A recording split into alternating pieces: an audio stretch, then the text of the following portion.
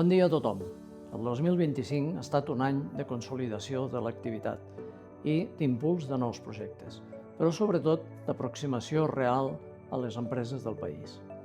Hem treballat en 8 grans línies d'actuació. Primer, el comerç.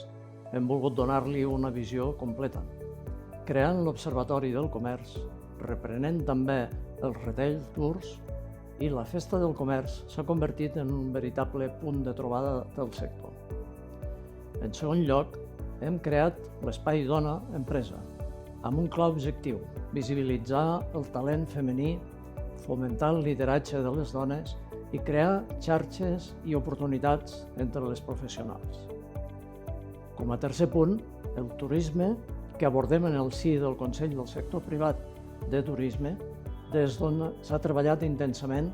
S'ha renovat els 3 membres del Consell d'Administració d'Andorra Turisme i presentat propostes en matèria laboral i d'immigració des d'una mirada empresarial i responsable. Hem treballat en la digitalització com un altre eix clau. S'ha organitzat conferències i formacions i hem participat en el programa de digitalització per a empreses. Tot això per ajudar les companyies a guanyar competitivitat i adaptar-se al món digital.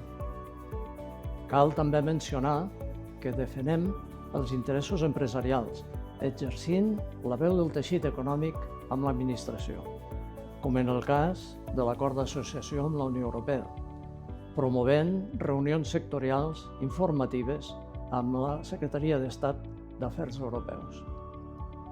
Finalment, la consolidació de projectes estratègics amb iniciatives clau per a la resolució de conflictes o l'impuls jove per connectar els joves amb el món laboral són altres dels projectes que han marcat el 2025.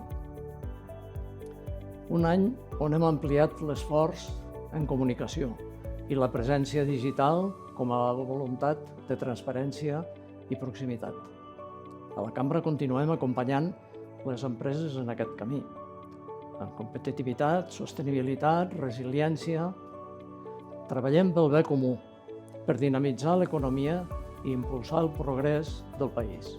Per això, aquest 2026 hem organitzat l'activitat de la Cambra en 5 grans àmbits: reforç actiu del turisme i del comerç, innovació i digitalització, diversificació econòmica, sostenibilitat i sobirania energètica, i impacte i seguiment de l'acord d'associació amb la Unió Europea.